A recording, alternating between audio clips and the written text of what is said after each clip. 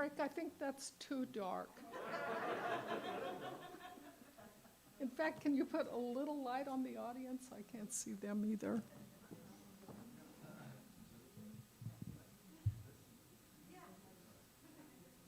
So welcome to Tripod. The last time I was here, I talked to you about sending me images of really simple things we almost take for granted.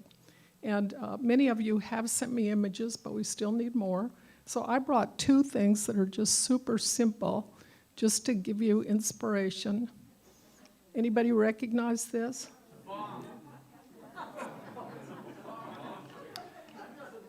So it's an amazing little non-electronic thing that works great. And then the other thing, no, this is not Clorox for getting rid of COVID. It's just an empty bottle, but this washed up on the beach. And I don't know where it came from. It had no label. It could have come from China, Japan, or Korea. It washes up on the beach just a little south of Nia Bay. And we think it's probably a product that is used to clean the toilet, don't you think, with that shape? But it's so beautiful, I can barely figure out what to do with it, recycle it. Anyway, our first speaker tonight is Mary Owen. Mary is an old friend of mine from Friends of the Rag, which is a wearable art group. Many Friends of the Rag alums have kept in touch over the years since the 70s, and this past June, she decided to use a visit to several of our other friends as an excuse for a 3-week road trip around the West. Her presentation is a bit of travelogue from that trip. Mary?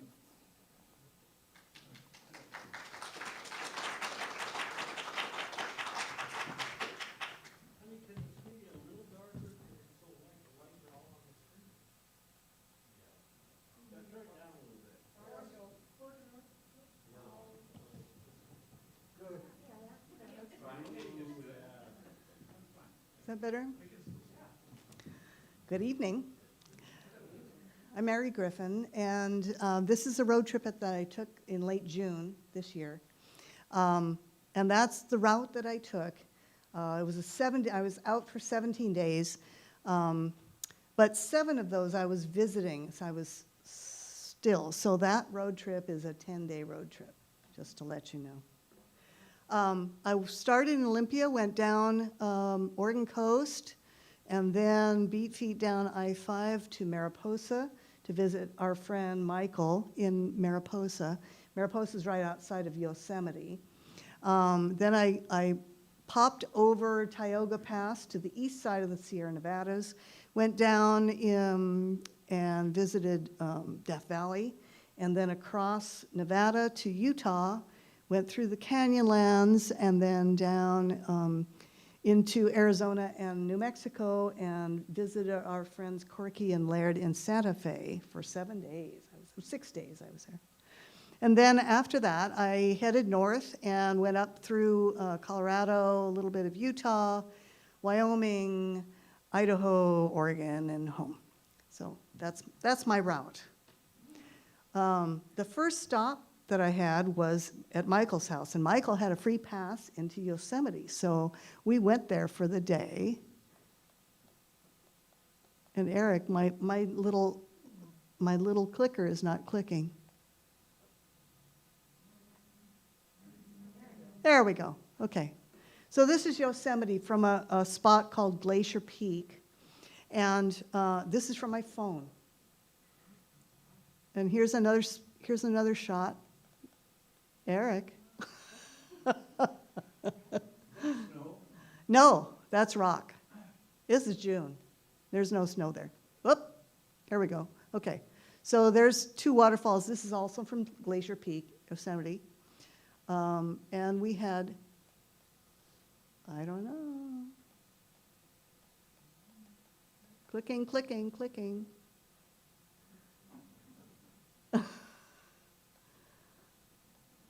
Hello, hello, hello. Nope. I don't know what those falls are. That's not my cat.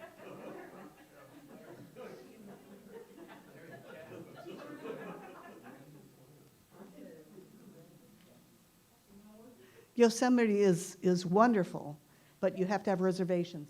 Erik, would it help if she held the clicker up toward you? It should be working.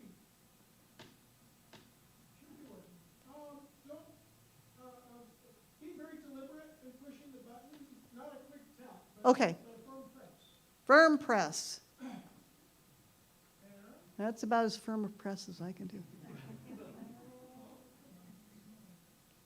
what's working? Honest. Honest, it was working. Can I say next and you can flip them? Okay, we'll wait.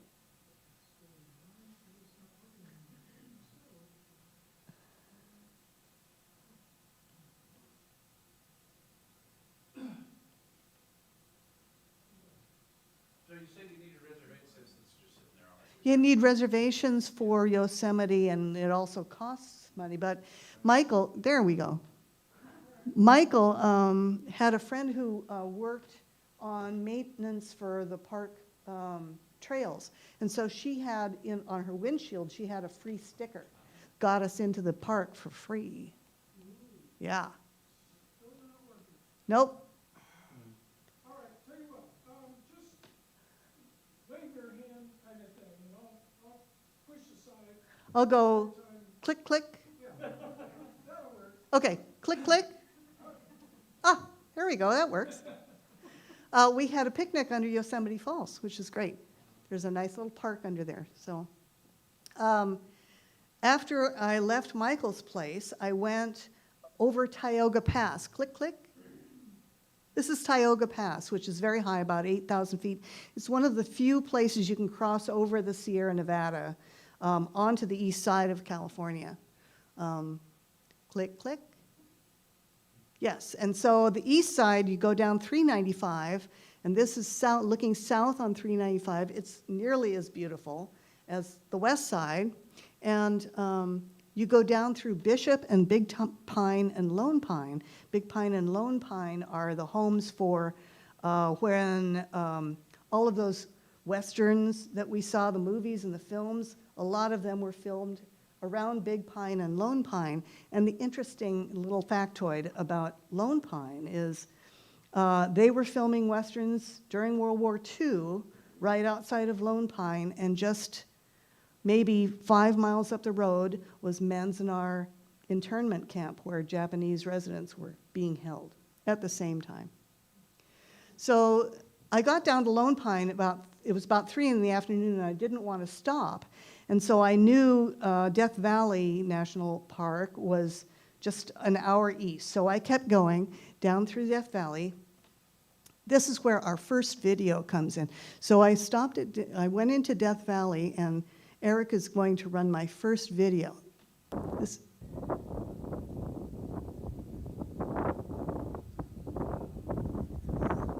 is a place called Devil's Golf Course in Death Valley.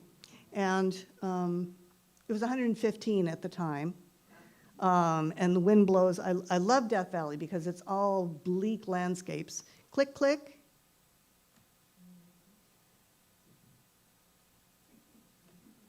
Yes, here's another one. This is all salt flats. And it's a great basin. This is called Badwater Basin in Death Valley. And that you see a little white spot in the middle, like halfway up the cliff, little square. That's sea level. This is the second lowest spot in the world, next to the Dead Sea. And I got here, and it was about 6 o'clock at night, and I didn't know where I was going to stay that night.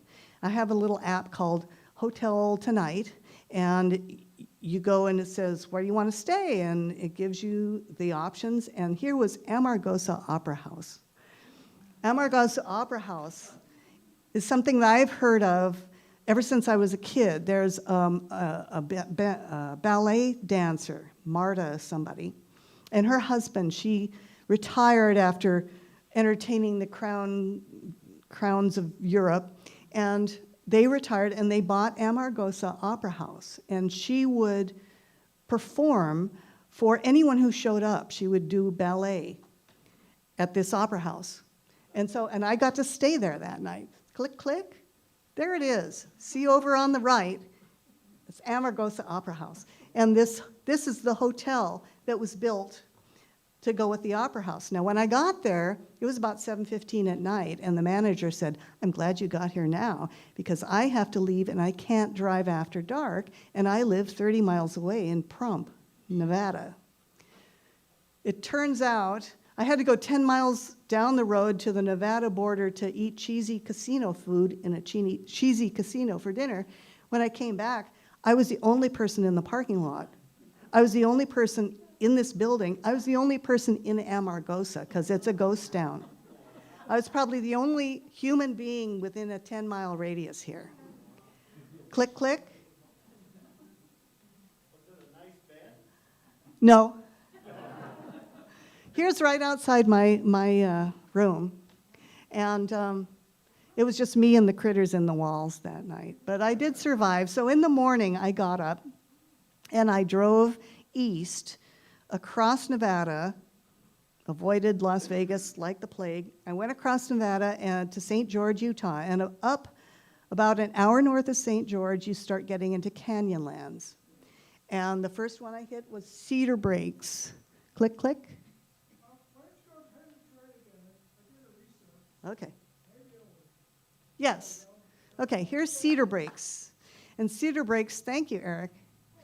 Cedar Breaks is about 8,000 feet. It's quite high.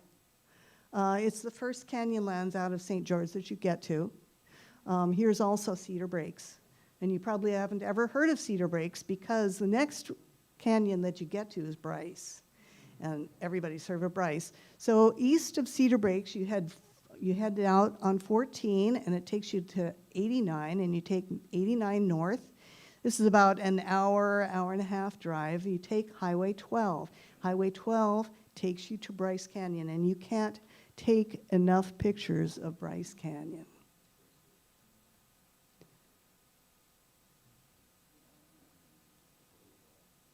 It was hot? This wasn't hot, no. It was hot in Death Valley. It's always hot in Death Valley because it's very low. This is 8,000 feet, 8,000 feet. So it was in the high 60s, I want to say, low 60s maybe.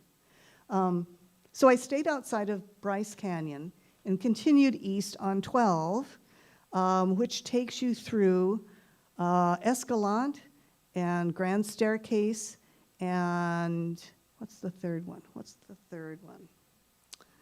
Escalante and Grand Staircase and wait. Capitol Reef. So this is just east of Bryce. This is Bryce Canyon still, but just east of the spectacular valley. And after that, you get to those 3 national parks. And if you take Highway 12, you'll go through 3 or 4 of them. Erik, this is the second video. You can run it.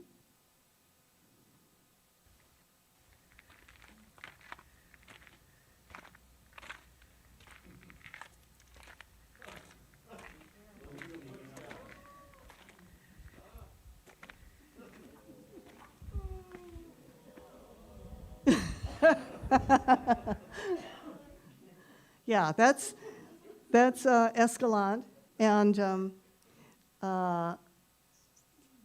here's another still of either Escalante or Grand Staircase or Capitol Reef. You can stop every 50 feet and take a panoramic picture, and you almost get overloaded with the spectacular pictures. But after I finished this was a long day because I ended up in Farmington, New Mexico. But I wanted to end the day in Monument Valley, which is in Arizona. You have to head straight south of here. And it was running a little late, so I wanted to get down there, and I took highway, I took 95 south, and then I went off onto 261. 261 takes you straight down to Mexican Hat in Arizona, which is just 10 miles north of Monument Valley. But 261, if you take 261, you have to do Moki Dugway.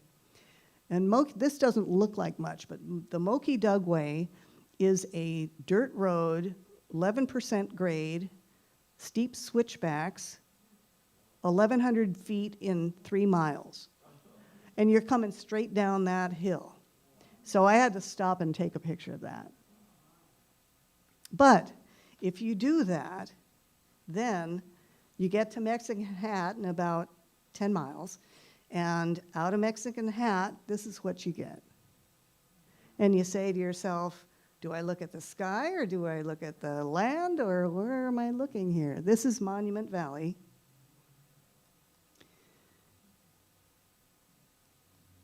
Now this spot is called Forrest Gump Point because this is where that scene came from. And this is a slope down into the valley. This is a 70-mile-an-hour road. And about 500 feet behind me here is the crest of the hill, and you can't see over the crest of the hill from the other side. You're going 70 miles an hour. I saw some people put their tripod on the yellow line on this road to take that picture. Crazy. What state is it Arizona. And those are the monuments that you see in the John Ford movies. And you normally can drive around those. It's Navajo land, and everything in Navajo land is closed down because of COVID. They've been just devastated by COVID. So I had to turn around and come back into Mexican Hat. And here's a pizza place in Mexican Hat with this fabulous cliff behind it. And that's nothing. It's not a park, it's not a monument, it's nothing. It's just a cliff, but it's so fabulous. Everywhere you look is wonderful. Then I went to Farmington and I headed 550 south.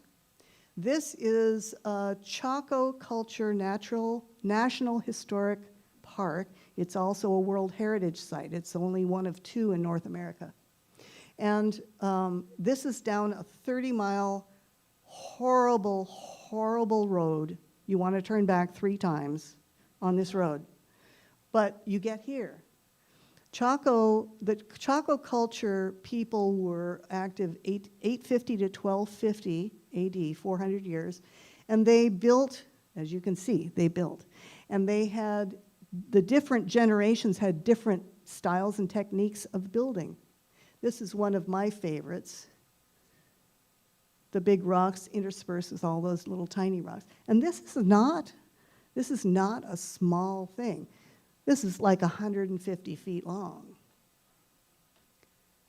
There's a bunch of settlements in this valley. Thousands of indigenous peoples lived here for the 400 years. And you can walk through all of this. It looks like a wall. Yes, it's a wall, and they built all kinds of walls. They had 3-story structures. And they had wonderful, I think this is the only entrance that looks like this, but you can walk through all of these spaces in Chaco. And they had granaries, they had spiritual places that, they did whatever their spiritual activities were. There were family homes here. And this is all over the valley. But then, after leaving here, I had to go back the 30 miles on that horrible, horrible road to get down to Santa Fe, which is where I stayed with Lynn and our friends Corky and Laird, and they live in a traditional adobe house. And I'll show you their portal in their house. I could stay there all year, but so now I'm at the bottom right corner.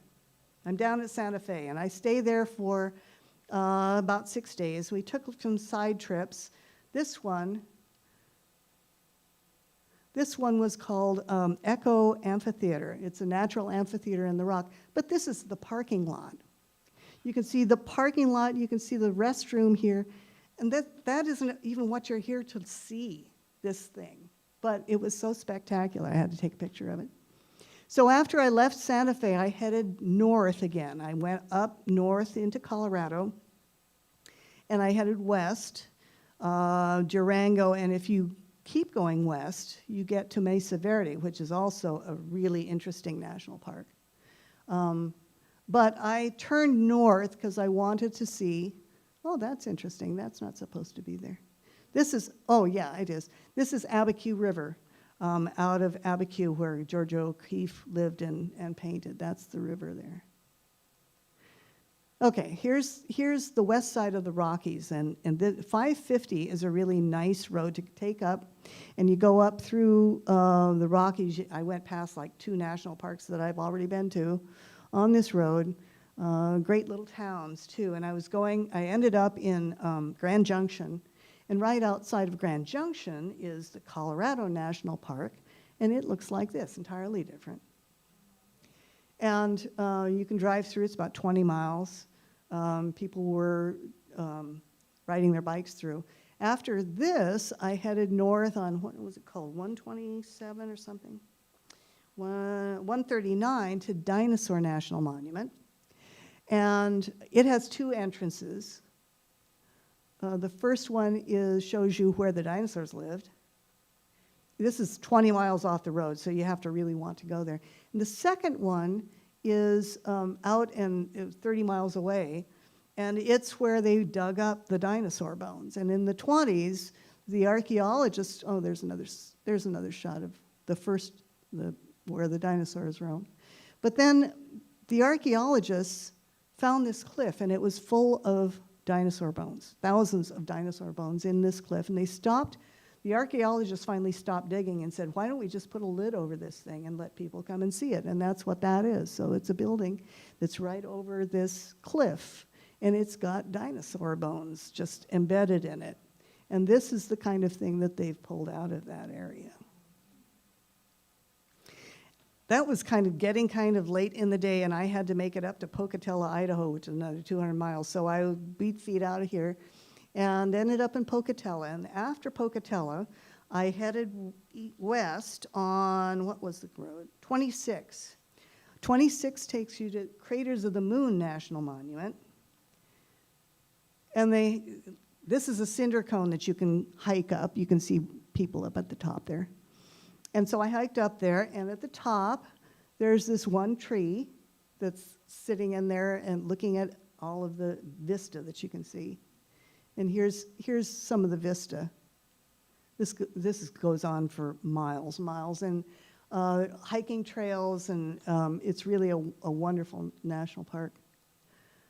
And you see little images like this, little reliefs all over, and it was lava. And I think this is the last video, Erik. This is one of the hikes you can take.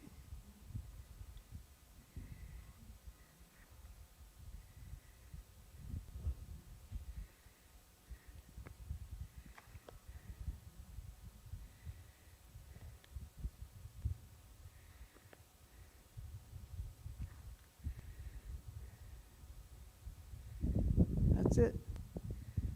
That's what you get. And then I went home. That was my trip.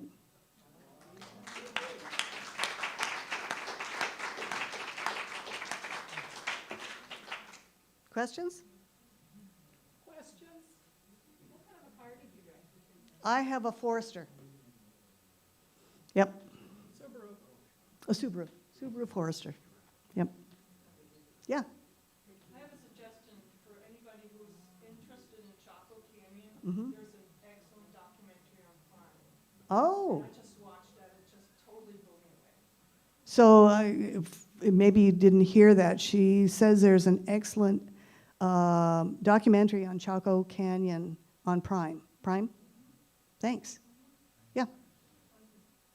But the Chaco area that you were in, it didn't look like there were any other people there. Do you?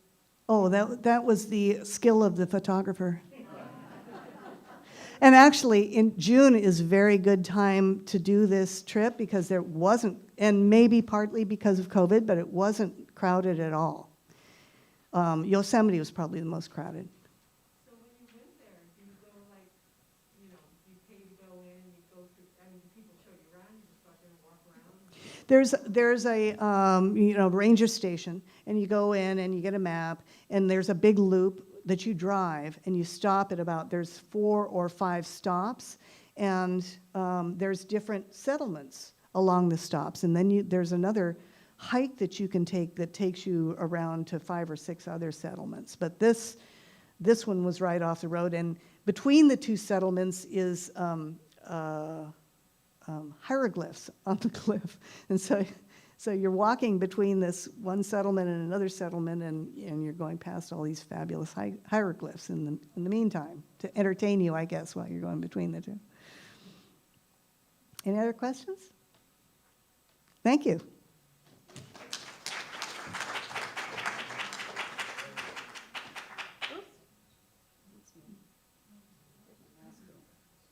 Where'd my mask go?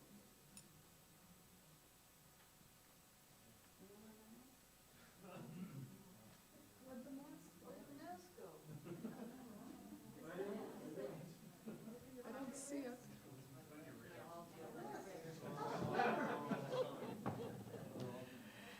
I forgot to tell you that Mary, early in her working life, worked for Walt Disney and later on worked for PACCAR as an engineer. And she often had to look under the hood of these semi-trucks, and they would call on her to open the newest design for lifting the hood, and she's 5 foot. So if she couldn't lift it easily, they would redesign it.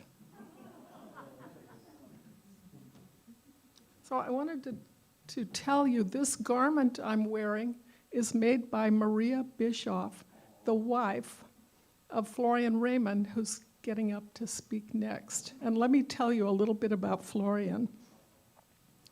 He's a Swiss artist, photographer, and a European tile setter.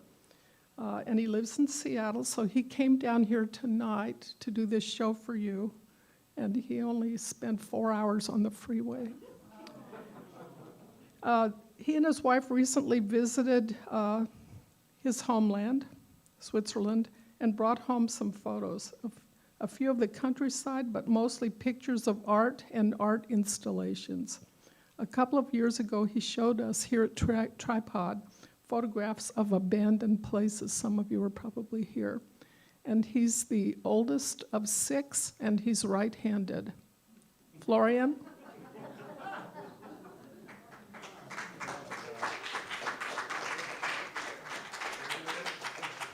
Wow, that's quite the introduction. I just learned that this is taped, videotaped or something, so we have to renegotiate our contract. So we have to add a few zeros, right? Okay.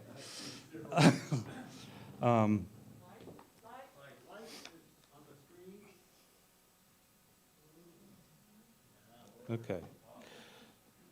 So there's not many, probably none, of scenery. It's all about art that I have in here. And this is a town in eastern Switzerland called Bad Ragaz. And every 3 years they have a sculpture show. And since 2000. And like 400,000 people show up, and it's free to the public, and you can walk. So this is a sculpture in the middle of town, and that's where you start.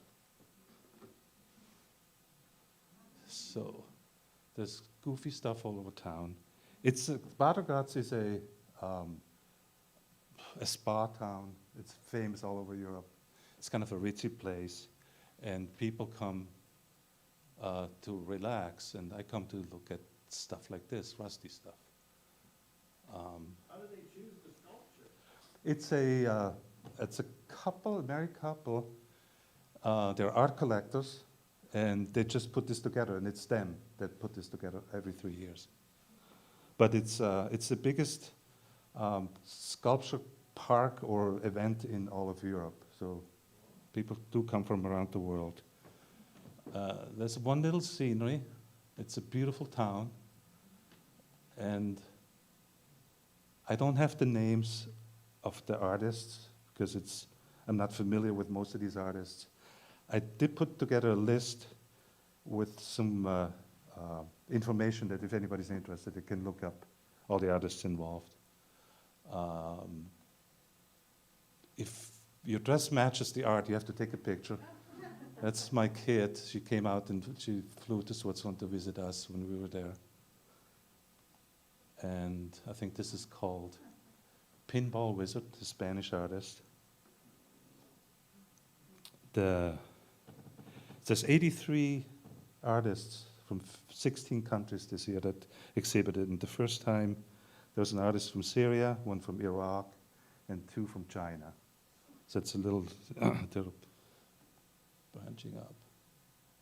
And this kind of reminded me of Tiptoeing. Is that her name? Yeah, but it's a Swiss woman artist that makes these beautiful creatures.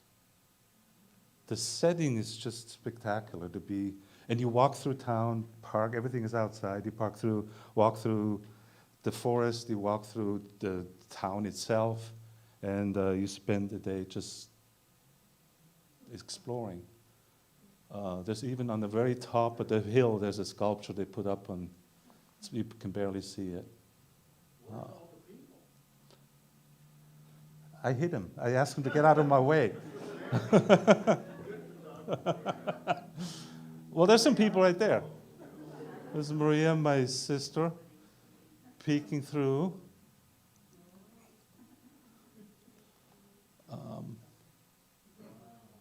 I thought this was stunning. This is a Chinese artist that made this. I think the piece is called Original Sin. But it's pretty spectacular. This might have been my favorite piece. It's carved out of a chunk of wood.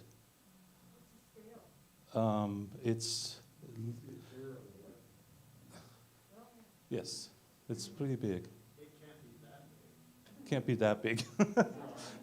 Right. And this is another carving out of a chunk of wood. Might have been my favorite piece. Just colors blending into the background.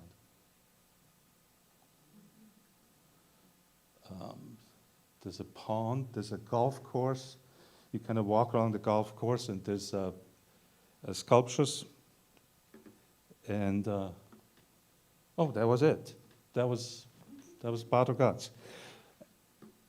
My title was Breaking the Swiss Mold because the Swiss are rather rigid in their everyday life, and they're not very flexible, but there's always these people that break the mold, and there's 3 artists I concentrate on that did this, and one of them is Hans-Rudi Giger, who probably everybody knows by now because of the movie Alien. And he's got a bar in Chur, which is a few miles away from Bad Ragaz, and we had stopped there to have a drink. And it's a pretty crazy place. Yes. I think the chairs he designed for a movie, the first Dune movie, if I got it right, but it was never done, and the design was never used, so he used it in his bar to make these chairs. And I say, don't poke your eyes out.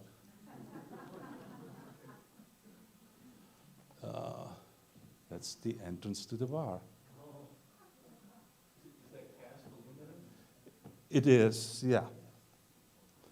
And so many details, the floor, the steps. It's just... After eating there, did you have indigestion like something was coming out? No, but his story is, as a little kid, he would draw when he was small because he had these awful nightmares, and he was trying to work them off or somehow make sense of them. So he started drawing these horrible things, and he started art in Zurich, and discovered airbrush. I guess most of his art is what he was known for. And he had his first break for an album cover for Emerson, Lake and Palmer. That kind of put him on a map. People started paying attention. And then Salvador Dali discovered him, and they became friends. And Salvador Dali introduced him to Hollywood. And that's how Ridley Scott found him. And Ridley Scott asked him to design the movie Alien. And that's what made him a famous person around the world. And then another mold breaker is Bruno Weber. And he was trained as a painter, and he lived near Zurich in a small town. And he was a lithographer and graphic artist. And his family owned a vineyard.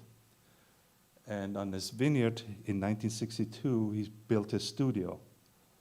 And he taught himself architecture. He built buildings and sculptures that are pretty wild and crazy. And he overbuilt this town and got in trouble with the Swiss authorities because he had no permits to do any of this. And he started in 1962, it took till the late 80s before he finally got the permits to keep going and keep this open to the public. So,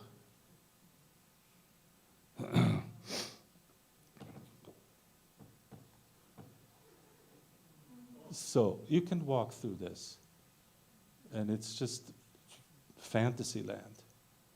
Somebody called his art or his style Gaudi on acid.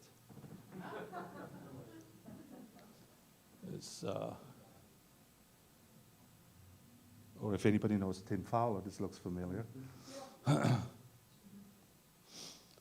But there's a roof, place to sit down. In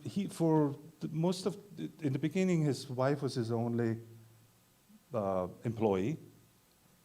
He did most of it by hand, or by himself, and he discovered his style, Gaudi on acid. He learned how to cast concrete, and I think that's what a lot of stuff was used. So part of the building. So you can go inside the house. There's a fireplace, and he's just he's got a fertile imagination, and he was inspired by Cézanne. I'm sure everybody has a liquor cabinet or cabinet like this at home. Where's the Cézanne and stuff? I don't know. Maybe more in his paintings than the sculpture. If you notice the six-legged chairs, just a lot of goofy stuff that you discover on this hillside.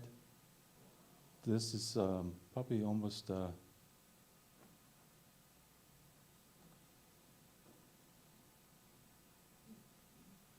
he's got kind of feel like Indiana Jones discovering stuff lying around in the forest. And then there's this big dragon. You can go on top and walk on it. He's got goofy-looking elephants.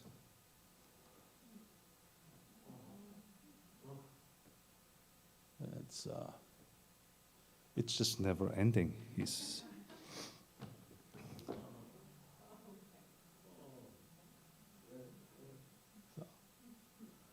So this is mostly, yeah. No kidding, yeah, right. But once the city okayed the permits and they didn't have to tear this down, they became friends. They actually named the street that goes up to the hill after him. And he's now a celebrity in town. at one point you could climb over or on the back of this serpent. It's closed off right now, but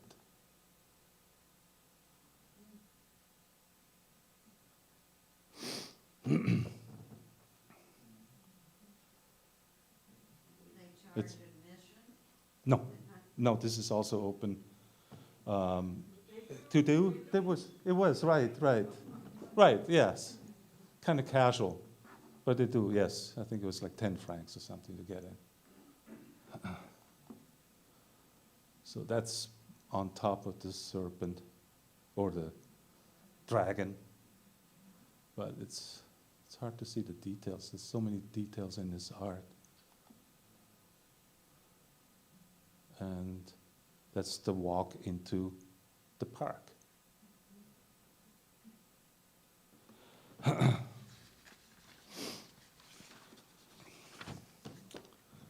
this is going probably faster than I thought it would. Sean Tankerley, a lot of you probably familiar with, is another Swiss crazy man. He's famous for his kinetic sculptures. And he would build stuff that would destroy itself. Switzerland is the birthplace of Dadaism, which was a short-lived art style and came out of the First World War. And it tried to make sense of the war in the sense that nothing made sense. And it kind of went away. There was a few artists that carried the idea with, like Salvador Dali or him. He really brought it to a new level. And he's got machines that, as I said, just destroy themselves. Or this one is called Mengelé's Death Dance. And all this, this fills a whole room, and everything is moving, and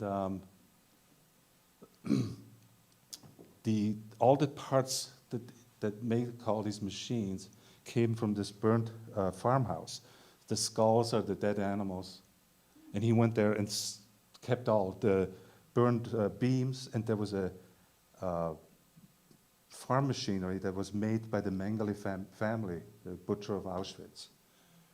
And he used parts of that to build these structures. That's why it's called Mengelé's Death Dance. And it's pretty unsettling being in the room with everything moving. It just makes noise, and that's all it does. But he's got things hanging on the ceiling. And then this is the kind of stuff he was really well known for. And they would move. They're so delicate. They have whole teams just restoring the stuff because with the museum, it's the Tangerley Museum, everybody wants to see the stuff, the items move. Well, they can only move so much before they fall apart. So they're on the timer. You can hit the button.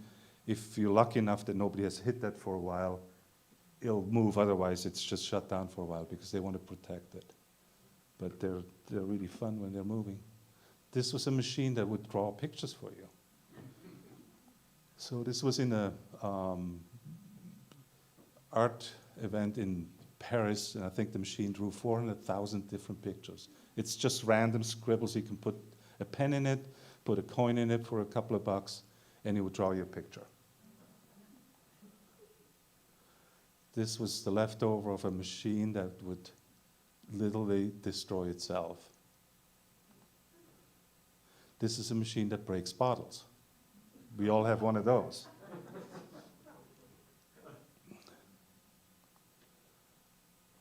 Or one that dunks. The garden gnome. And this thing is this tall. And then this big machine, which is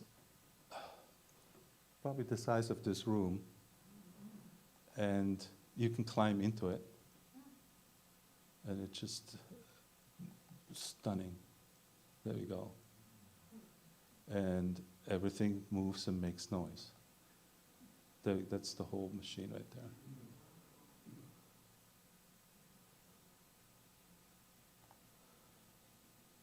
Or things that make noise. There's a little speaker on there, and it would make sounds. So does this one. Really? There we go. That's a musical machine for you. It's a piano. There's a drum set in there. There's another keyboard over there. There's a tire in there. I'm sure that's making some noise.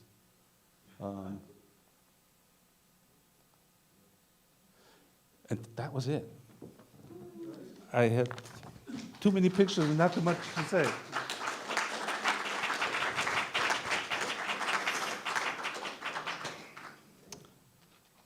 I'm sorry, I didn't prepare too well. Anybody have any questions? How does the park end with all of the way you walk through? This one? No, Oh, the Weber Park? yeah. That's about 20 miles west of Zurich, called Spreitenbach, Dietikon-Spreitenbach, yeah. Dietikon-Spreitenbach, yes. They're together. Yeah. Is this all from a recent trip? Last month. Wow. Yeah. Yeah. Yeah. What a trip.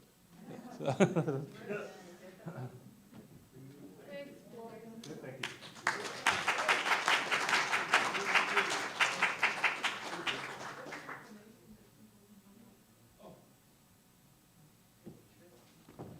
So you can see this poster outside the doorway out there.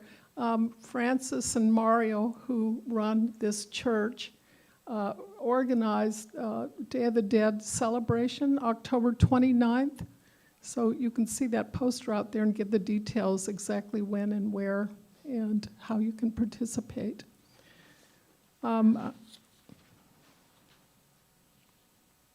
So next is Doug Mackey. Doug was born in Tacoma and will most certainly die here. Before that happens, he fronts the band Mr. Blackwatch, who are playing the Spar Tavern in Old Town Saturday, November 6th from 8 till 11. And if you want to see them, you better get there early because everybody grabs seats and they don't move for 3 hours. They are ridiculous, but are almost finished with their forthcoming concept album, which is Heavy Man.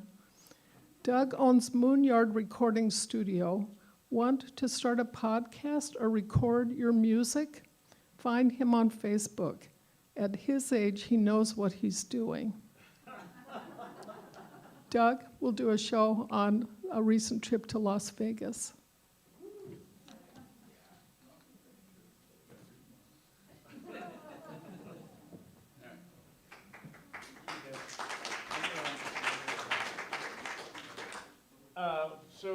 So far you've seen like these profound natural environments and you've seen this profound artwork, and I'm going to talk about Vegas, baby. Now, I never really wanted to go to Las Vegas, and we were planning on going like to Salt Lake City and then renting a car and going to the desert to see Bryce Canyon and all those things. But we had friends who love to go to Vegas, and they do it on the cheap. So I didn't want to go, I don't gamble. We don't have enough money to go to big shows. I don't need a prostitute. But anyway, so they talked us into going. Now, the problem was right before we left, we got Larry, our cat. And we had Larry for, 2 or 3 weeks or something. And we love Larry, and we want Larry to love us, and we didn't want to leave Larry and Larry to forget about us or something like that. So that was a big issue. But fortunately, Danny, our niece, was going over to the house to talk to Larry. So Larry was taken care of. Lights down, please. There we go. Oop. Now, whenever we go to the airport, it's a really strange thing. Dick Weiss is there to send us off. So here's some Dick stuff. There we go. Which is I don't know if you probably most of you are familiar with these installations. They're huge. They're very cool. Look like Swiss art. Dick is in the audience tonight. Oh, yeah, there is. Dick. So Lynn asked me to do this show, and I didn't take pictures thinking I was going to do a show, so, you know, you'll get what you get. I always sit by the window if I can, because I like to look out the window and see stuff like Mount St. Helens and Mount Hood in Oregon. And there's more of Mount Hood in Oregon. I think flying is this sort of miracle still, that you're up in the air looking down on stuff. There's the Three Sisters in Oregon and Mount Bachelor, where there's a ski resort where when they made the film about Mount St. Helens, they shot it at Mount Bachelor because it's a conical shape and everything. So as you get closer to Las Vegas, you're about to land, you see this hut in the desert, which is, yeah, I think that's where they like to collect the souls of people who have been lost theirs in Los Angeles. It's a solar farm, but it's really a remarkable thing to see. So when you get to the airport and you get off the plane, boom, you're in, it's already happening. And these people, I don't even know if they ever leave the terminal, really, because they're perfectly happy here doing this. That's not an art installation. If that's an art installation, all of Vegas is an art installation. So there are these machines everywhere. How many of you have been to Las Vegas? Okay, a lot. So you guys know this stuff. The last time I was there was like 20 years ago when Lynn and I drove through. Lynn, if you think of anything while I'm doing this, go ahead and shout, because... So there you are in Vegas. So we ended up going to our hotel, and our friend Michelle had already gotten these deals, and the deal in the hotel was like $6 a night, but then they have $35 of fees, so you're still spending $40 a night. But we stayed, as you can see there, a Flamingo at the Flamingo Hotel. There's Lynn at the Flamingo Hotel. When you go outside of the Flamingo Hotel, everything is catered for you. Anywhere that you want to eat, drink, it's all right there. And the idea is that you don't have to walk around at 105-degree temperature to find a place to eat, so you can just go there. And they have the big wheel there, the high roller, which is 550 feet tall, which is taller than the observation deck of the Space Needle. It's very big. It's taller than the Seattle wheel or the one in London. And of course, they have architecture that looks exactly like, these places like this. No, that's actually Paris. That's oh, sorry, that was Paris. Yeah. So, and it's weird. This stuff does have a certain appeal. I worked at Disney World for 4 years, and I could go anywhere on property I wanted to. So I saw all the Disney stuff, and this stuff is kind of like Disney stuff. So when you've been sort of exhausted by Disney World, when you get to Vegas, it's just more bullshit, frankly. It's just mountains and mountains and mountains of bullshit everywhere. So there's the France thing. So here you can see France over there. There's the balloon from the 1783 or whatever it was when the brothers. So there are these cultural references that I'm sure most people don't get, but there they are. And the idea is you can just walk around through these hotels, and you go in one hotel and you see all the stuff it has, like Chihuly glass or flower gardens or gondolas or whatever, and then you just move to the next one. And the whole time, I'm drinking. So there's a lot of drinking going on. You're drinking in the hotel, you're drinking elsewhere. There's a lot of that. I guess there was an international flower. I think this is Bellagio.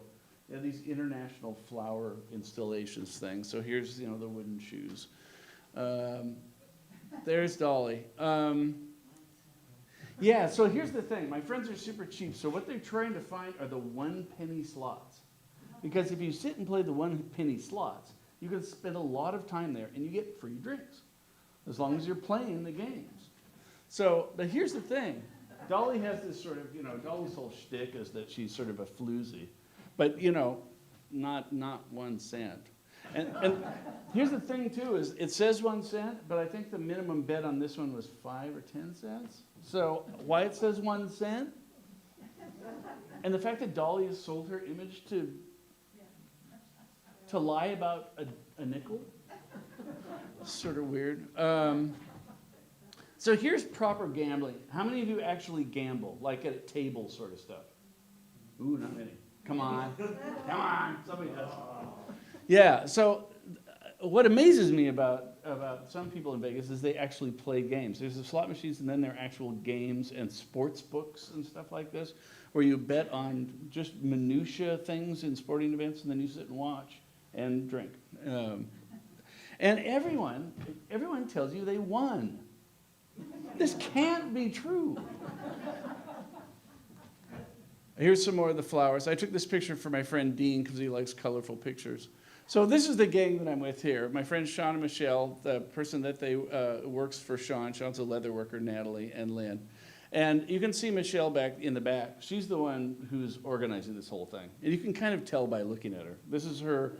It's like her. She's throwing this 4-day-long party in Vegas. Yeah, they're looking a little.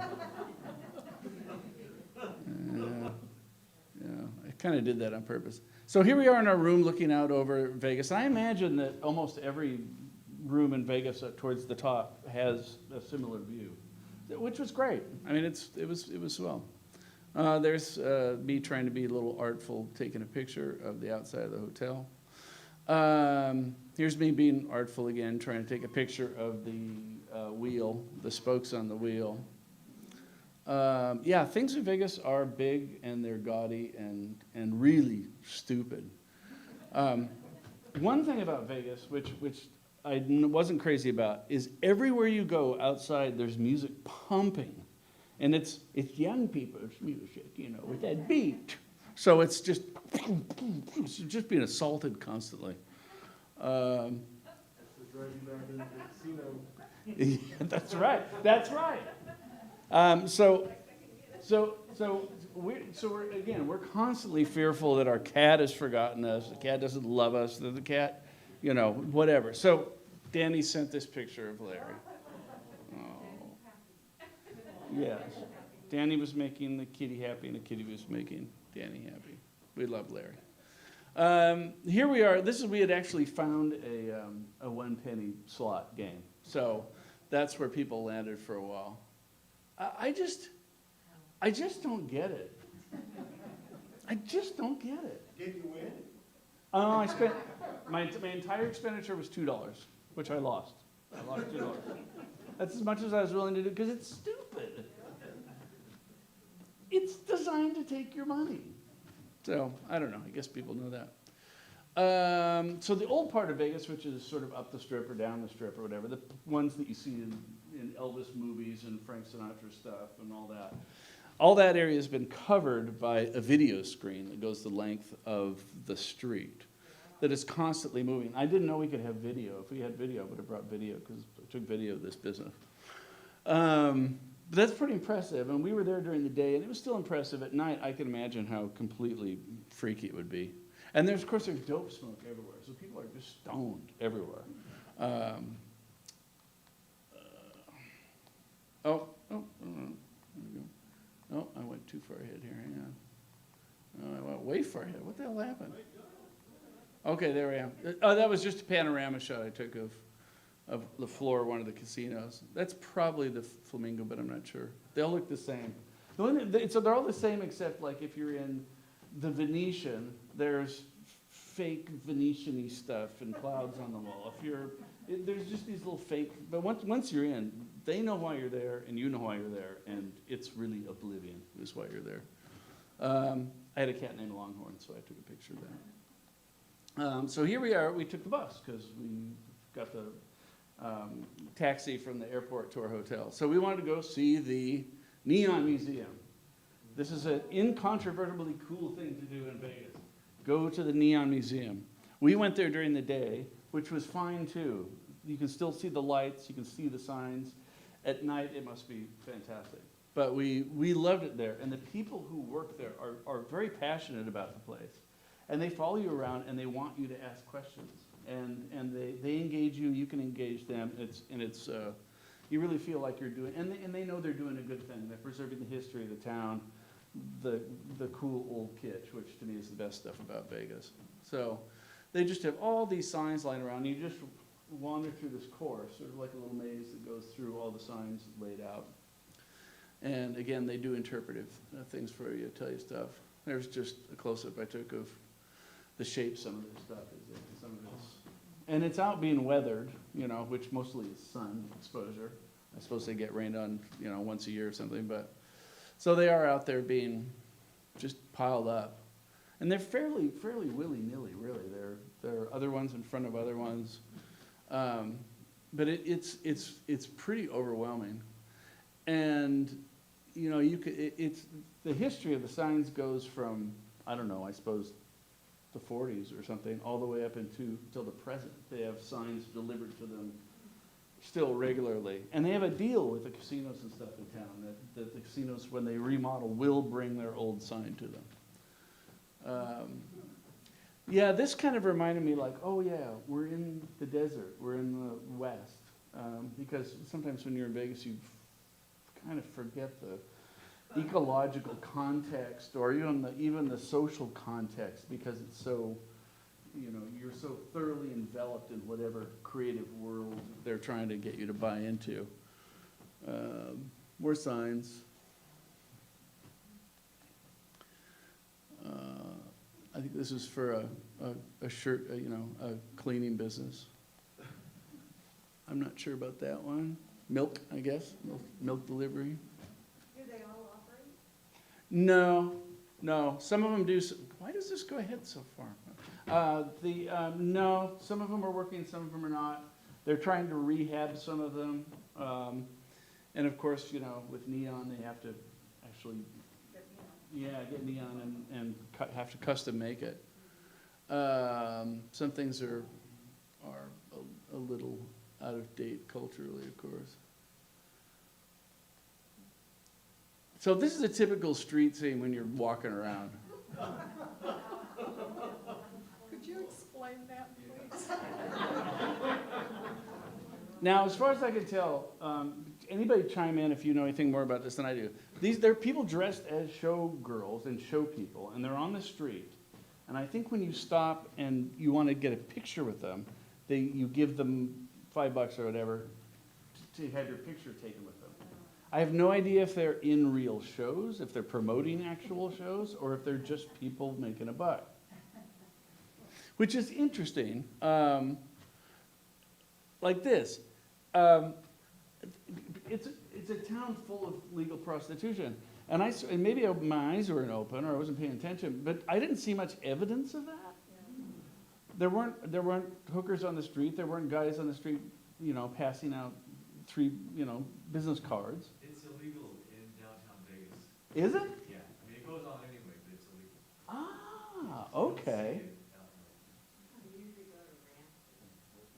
Oh, okay. Yeah, you have to drive out of town on the way. So this girls directly to you stuff, I'm assuming they deliver them to your hotel room.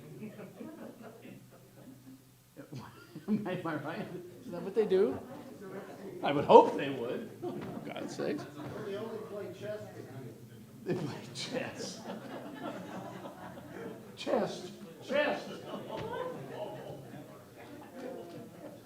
All right, anyway, I saw that on a truck and was like, oh, okay, I guess there is prostitution. And there's still some famous things, you know.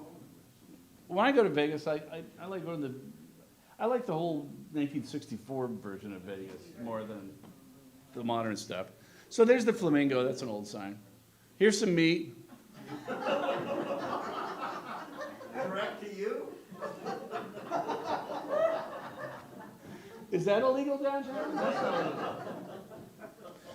All right, here's which one's this one? Excalibur, yeah, okay.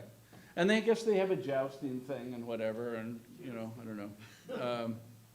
You know, I don't know. To me, it's just all bullshit, really. Here's New York, of course. Yeah, New York. Which is really a pretty, I don't know. Doesn't that look kind of cheesy? It doesn't look like New York. Do they still have a roller coaster on the outside of it? I think so. I think that's what the red stuff is there, yeah. Oh, really? Oh, I didn't realize they had wrapping around. Yeah, it looks like it goes behind it there, and then in front. There used to be, on the big tower, I can't remember what the tower is called, the Stratosphere it's called. They used to have a roller coaster on the top of the Stratosphere, which they took down because it probably didn't make enough money. I think that's what happens. It has to make a lot of money.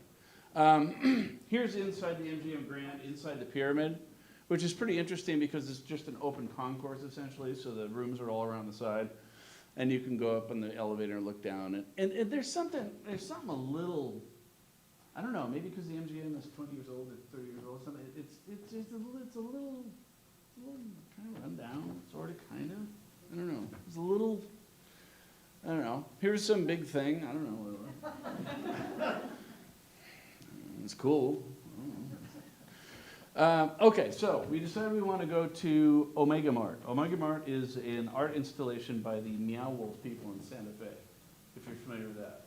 It's an arts collective and a whole bunch of lights, interactive, technological, computer-driven, freak-out stuff that has a narrative. There is a narrative to it. And Meow Wolf, I guess, has a narrative. Yeah. Okay, and Omega Mart, where we went, had a narrative too. So we're on our way to Omega Mart, but Omega Mart is in a business park, way the hell somewhere else.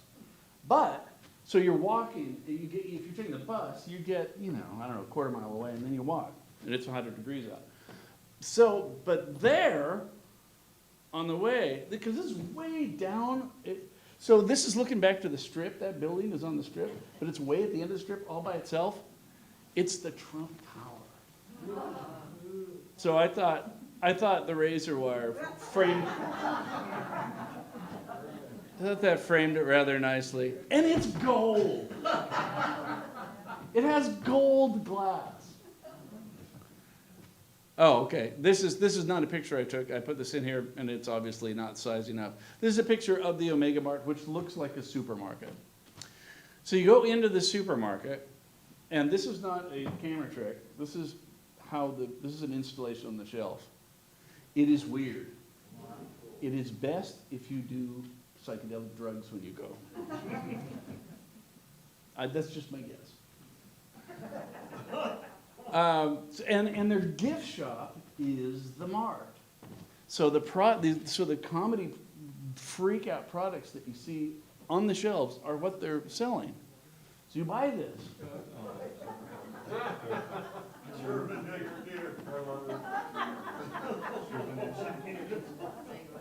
And it's so well done. And they have actors. When I worked at Disney World, everyone who worked at Disney World was called a cast member. Because the idea is that even if you're cleaning up kids' vomit on the street, you are part of the show. So you remember the cast. And that kind of interactive, improvisational approach to entertainment was pretty revolutionary at Disney. And they also did it at Renaissance fairs. And when I worked at Disney, my director was the director of the Sterling Renaissance Fair in New York. He came down, and I was trained to do interactive improvisational theater.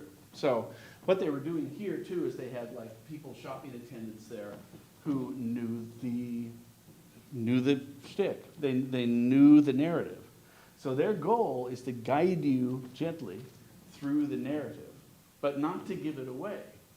So they're stocking things on the shelf, and you can talk to them, but they're onto this narrative that a lot of people go back to again and again to try to decode.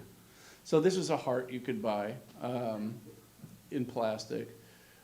So this is like the freezer case or the refrigerator case. You'd open it up, and it would be like this.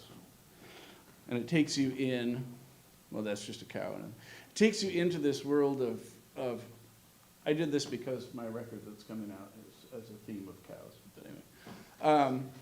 So there are tunnels, there are caves, there are houses that look like a normal house sort of you go into, like somebody's bedroom, and you have to decode stuff there. There are false walls, there's all sorts of stuff. And there's stuff that's just trippy and pretty. Like this is this huge neon installation. Lots and lots of stuff like this. Here's another one, and this, there's this infinite thing you can go into. And all of these are giving you clues as to this narrative.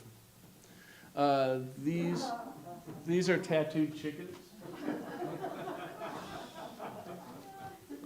So you can buy a tattooed chicken. And then outside we did all that. And then you come outside and there's a big sculpture garden outside. Omega Mart is part of this whole thing called Area 15. What's the actual area called? Area 15? Okay, I think it's called Area 15. I think it's what they call theirs. And it has restaurants that are freaky and stuff. They had the Van Gogh installation, the virtual Van Gogh installation. That was in part of this place. And outside they had a sculpture garden. So just went out and had some pretty fun stuff.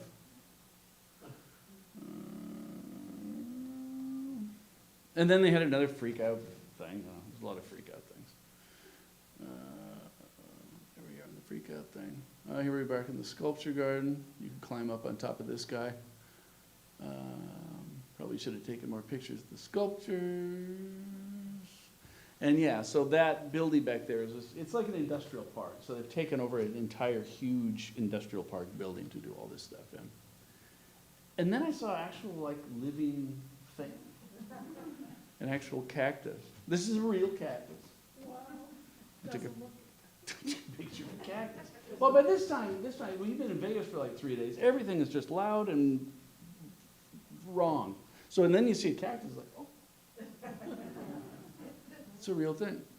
Now, this is just walking back to the bus. There was some, yard that had old electrical equipment, and to me that was like, oh, that's cool. That's as good as the sculpture park, I thought. I took this picture because in Vegas I saw a disproportionate number of black people as opposed to white people than you would see in your normal population. And I have a friends named Melanie and Audrey Cunningham who host a podcast on my podcast network. We're these black sisters, and they talk about black joy. They talk about how white people want to step on black joy. And I brought this picture to show them because I saw black people having fun without anybody shooting them or calling the cops on them. And so it was refreshing. It's just, Natalie wanted a daiquiri, so you go get a daiquiri that's that tall. This is what you do, or this is what we did. I mean, there's a lot of that. I thought that was funny. Injuredinahotel.com.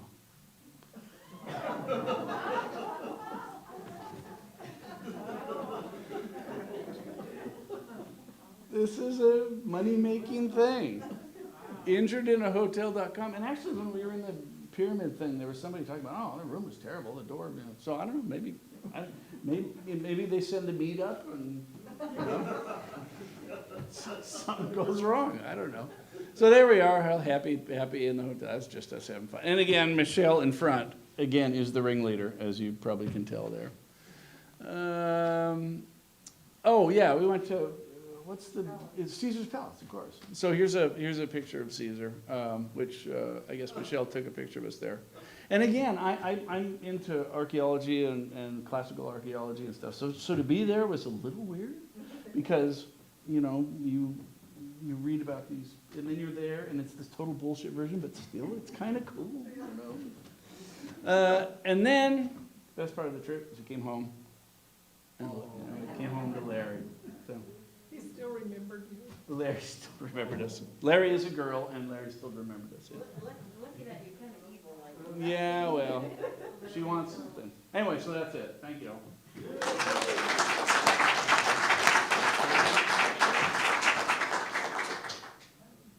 Yes, any questions?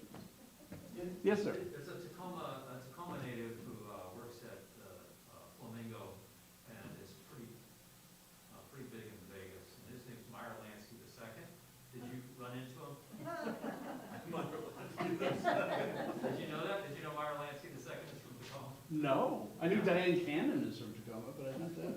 Yeah, he's the grandson of Meyer Lansky, and he actually there's a museum down there that's called the Mob Museum. The Mob Museum. Yeah, we didn't go to that. We didn't get. But what's interesting about it is they have a big map of the United States of all the locations where the mafia is, and but the Pacific Northwest there wasn't a single mark for any mafia in the Pacific Northwest. We should take some pride in that. That's because, I'm sure Meyer Lansky II was involved in the design of that map. right. How was the food? Well, there's nothing cheap in Vegas. You know, you used to get $4 steaks or whatever. We didn't see anything like that. What they are is now is in Vegas are good restaurants. So there's some good restaurants. The restaurant we went in Area 15 was dynamite. I mean, it was delicious, and it wasn't too that expensive, but it wasn't cheap. It was just like going anywhere.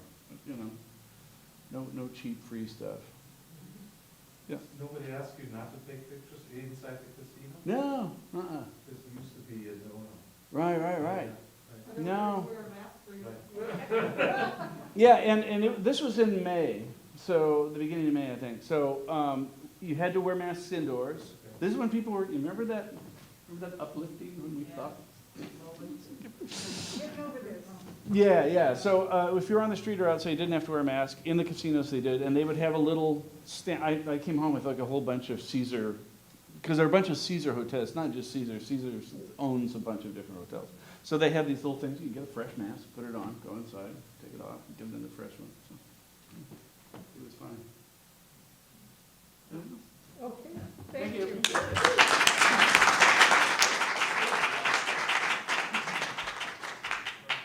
Larry.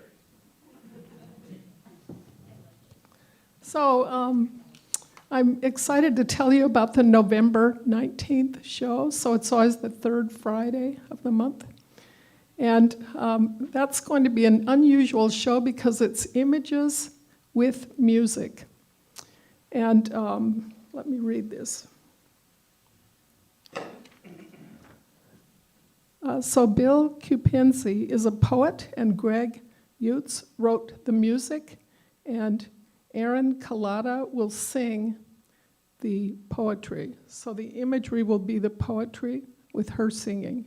And then the second act will be Rosemary Panacante, who dives into the fear and delight of cliff jumping.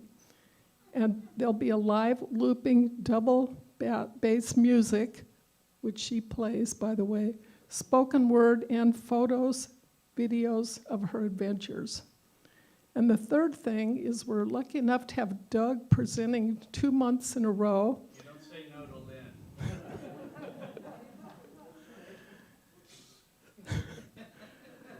And he's going to present the work of Andrew Dimmitt. Am I saying that right?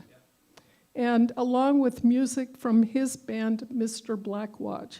So you for sure don't want to miss November 19th.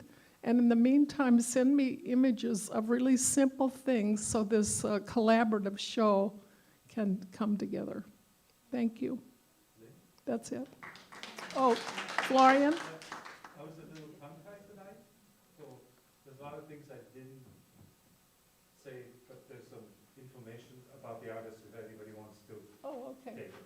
So talk to Florian if you want more information. And I'll add one little thing, that the Yes. artwork that the musical, that my band is the artwork for the album. It's an album artwork. So it's specific to the Great. music. Great. Okay, thank you.